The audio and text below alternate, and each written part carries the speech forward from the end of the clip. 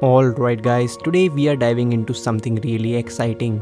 A automatic car parking system that charges itself through a solar shed and has a rain drainage system that works perfectly well. Let's do it step by step and make it happen. I made the base of this project from MDF board and pasted a black sheet on top. Here are the dimensions of the cutouts so you can easily make it yourself. I have all the components ready for this project and I have added the buying links in the description so you can get them for yourself. The first step is to upload the code to the Arduino board. Now open the Arduino IDE, copy and paste the code I have provided in the description, select the correct Arduino board and port, then simply click on upload. You will see the code is compiling and uploaded successfully. If you are new to this channel, please consider subscribing so I can bring you more amazing builds like this one.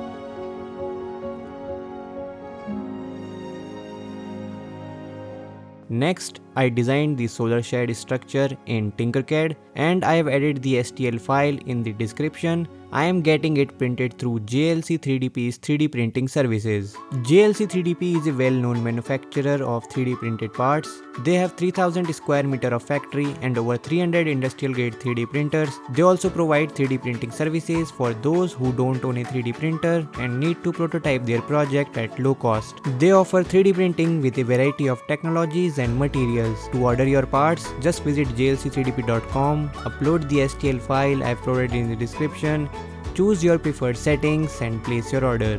JLC 3DP delivers to 180 plus countries, so no matter where you are, your parts will arrive safely right at your doorstep.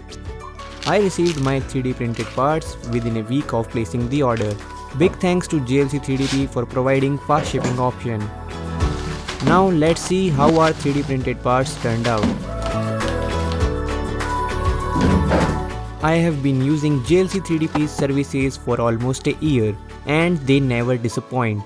The print quality is amazing, the structure has no bends, and this 3D printed part is also waterproof, which makes the rainwater drainage system possible.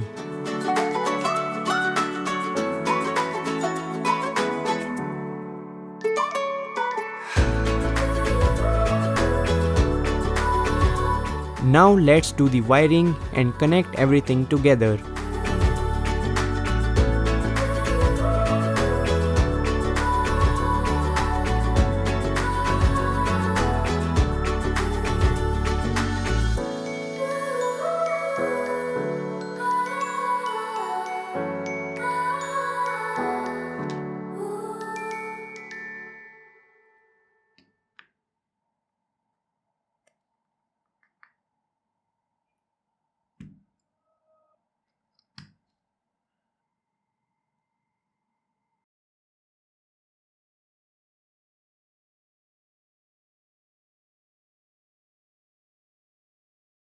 I have already connected the BMS and TP5100 module to the battery to save time, and I have shared the full circuit diagram so you can double check your connections.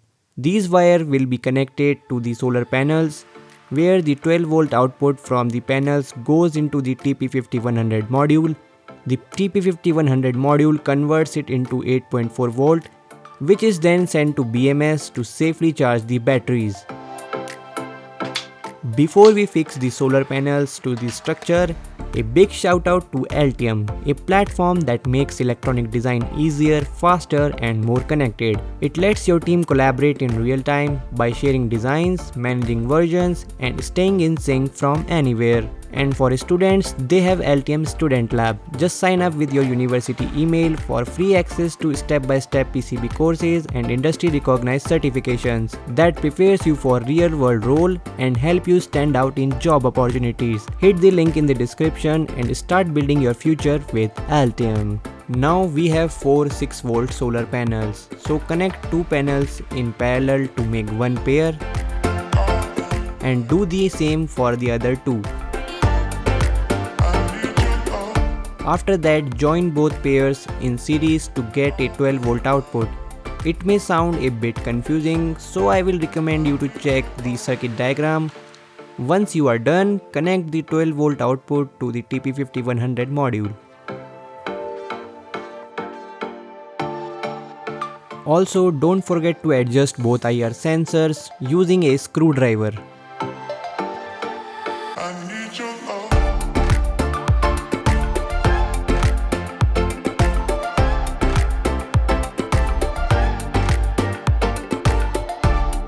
Right now we are recording outside, and as you can see, the solar panels are charging the battery. The red light on TP5100 module shows that it's charging. Once the battery is fully charged, this light will turn blue.